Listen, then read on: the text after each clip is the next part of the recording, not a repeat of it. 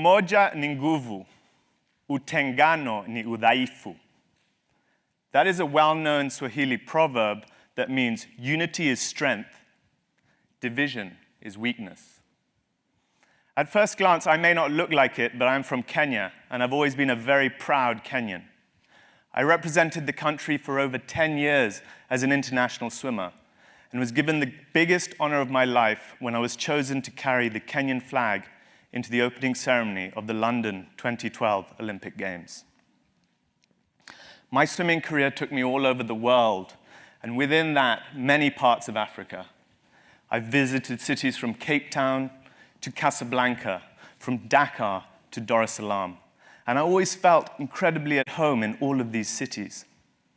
As I was traveling around Africa and competing, I was fiercely competitive, and I wanted to do everything I could to get my hand on the wall first and bring a medal back home to Kenya. But at the same time, I formed deep friendships with many of the swimmers I was up against, from just about every one of the 55 nations recognized by the African Union. And I'm sure the implications of these experiences were seeded back then and had begun to germinate. But it's only over the last year that I've begun to understand their deeper meaning. I now believe it would be better for Kenya, Africa, and the world if Africa were to become more united. A more united Africa will mean a more prosperous Africa, and will finally complete the Africa Rising narrative that is being told the world over. And in these times of rising nationalism and isolationism in different pockets of the world, a more united Africa could just be the inspiration the world needs for greater global unity. When I arrived at Stanford in 2016, one of the first things I did was interview for a position on the leadership team for the 10th Annual Africa Business Conference held here on campus. I was part of a group of students from all over Africa, and not only that, all over the world. And we worked hard to try to put on the most successful Africa Business Conference we'd ever had here at GSB. Pulled a lot of all-nighters, and we ended up putting on one of the most well-attended student-organized conferences in the history of the GSB.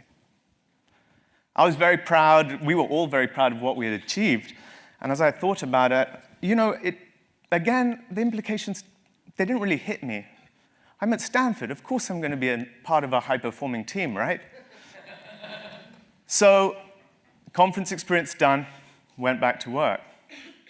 Out of that experience at the conference, though, I started an interview channel and sat down with some of my classmates, run some interviews, and many of them are actually in the audience today. And out of that experience, I got invited to go and cover the Silicon Valley African Film Festival that is held every year here in San Jose.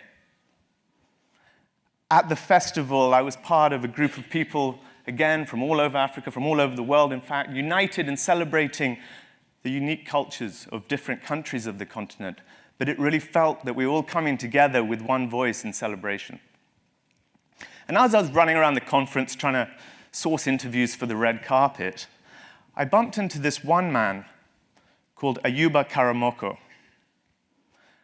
As I started questioning him, I started to learn a little bit about him, and that he's a musician, martial artist, teacher.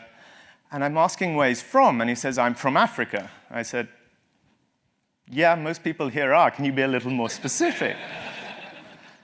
So he grudgingly tells me that he's from the Ivory Coast. And we continue our interview, and I'm thinking, okay, I'm not sure why he's being so grudging about this. And I asked him, what brings him to the conference, and the film festival.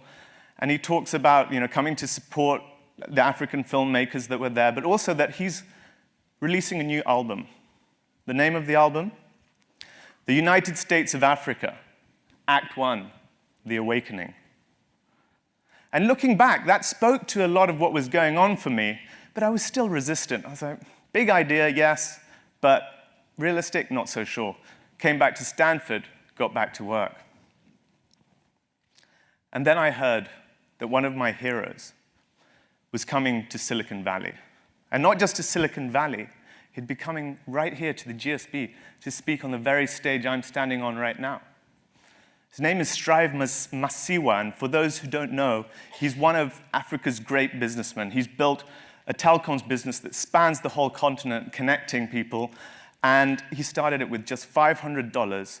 He was persecuted under Mugabe's regime in Zimbabwe, and against all the odds has built something quite incredible.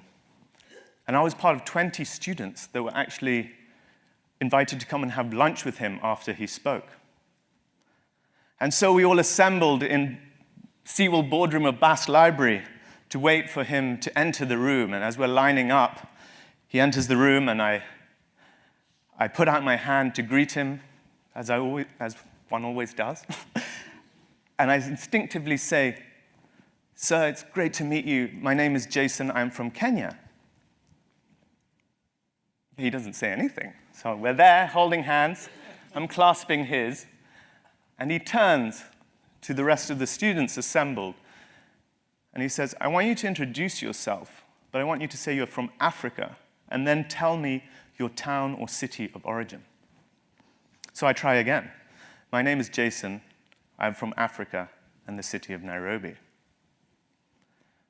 And now the synapses in my head were firing out of control, because I'd always been a little, I'd say, offended when people abroad would refer to Africa as if it were one country.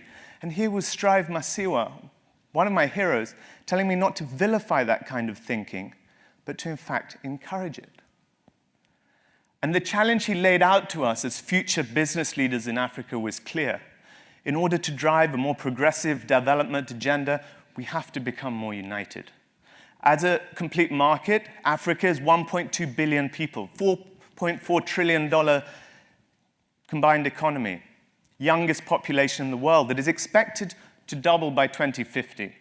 He said this population growth could be a blessing or a curse, and it's incumbent on us to make sure it's a blessing. To do that, we need to become more united, so more goods are used internally, increased trade between the thriving cities that I've been so lucky to visit. And we have to form teams like I was a part of at the business conference to lead organizations that can provide the jobs that will be needed.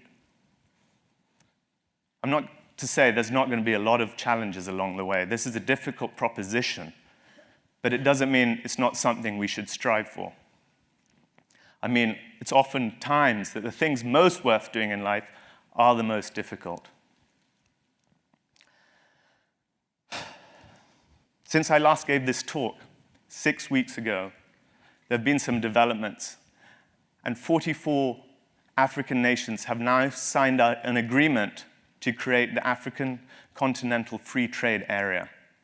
It's a first step, and the momentum is there, but we must continue to accelerate it to get to a United States of Africa. Ni rahisi zaidi kuvuka bahari tukiogelea pamoja. It is easier to cross the ocean if we're all swimming together. Thank you.